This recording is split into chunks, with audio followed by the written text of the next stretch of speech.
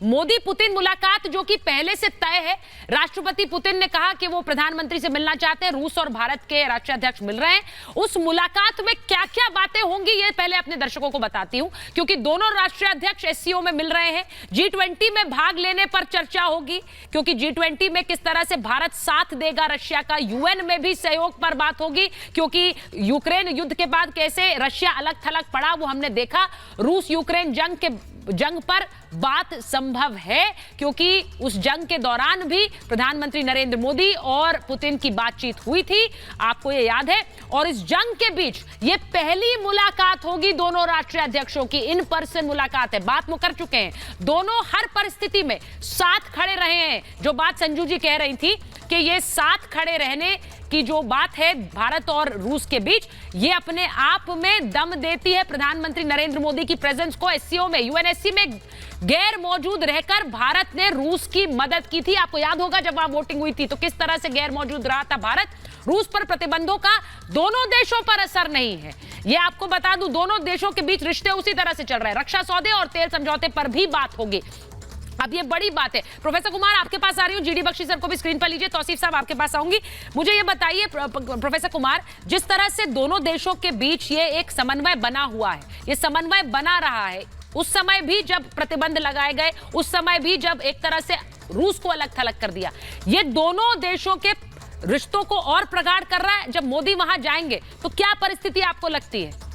देखिए, पहली बार एक बात समझिए कि डॉक्टर जयशंकर ने जो स्टेटमेंट दिया था अमेरिका के अंदर, जब उनसे पूछा गया कि आप रूस से तेल लेना बंद कर दें, मैं समझता हूं उतना बड़ा राजनीतिक चाटा जो है अमेरिका के ऊपर कभी नहीं पड़ा था जो उनका जवाब था कि तुम अपने लोगों को तो गैस लेने से मना नहीं करते और हमको सीख दे रहे हो कि हम रूस से तेल लेना बंद कर दें।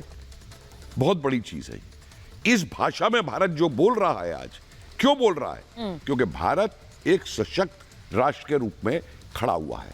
आज का भारत जो है, चाहे रूस हो, चाहे चाइना हो, चाहे अमेरिका हो, कोई भी देश हो, किसी के भी आगे अपने हित को नहीं गवाएगा।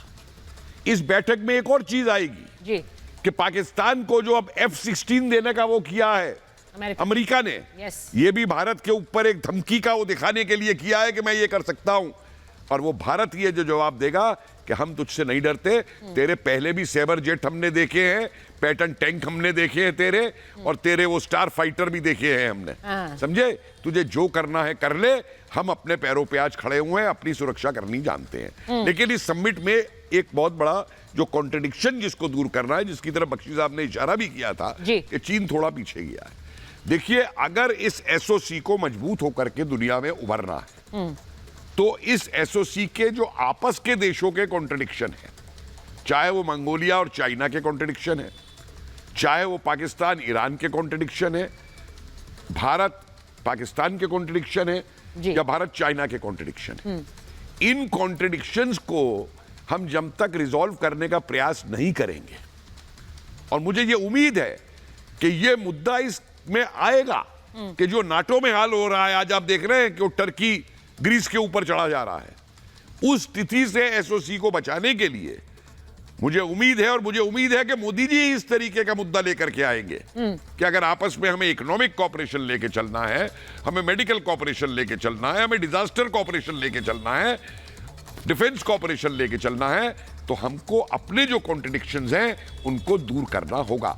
और ईरान, इंडिया, ये सब एक नजदीक आने से एक पावर इक्वेशंस दुनिया में अब बदलेंगी। वो जो 2-3 देशों ने पावर का बना रखा है ना ठेका अपना पूरा, वो खत्म होगा।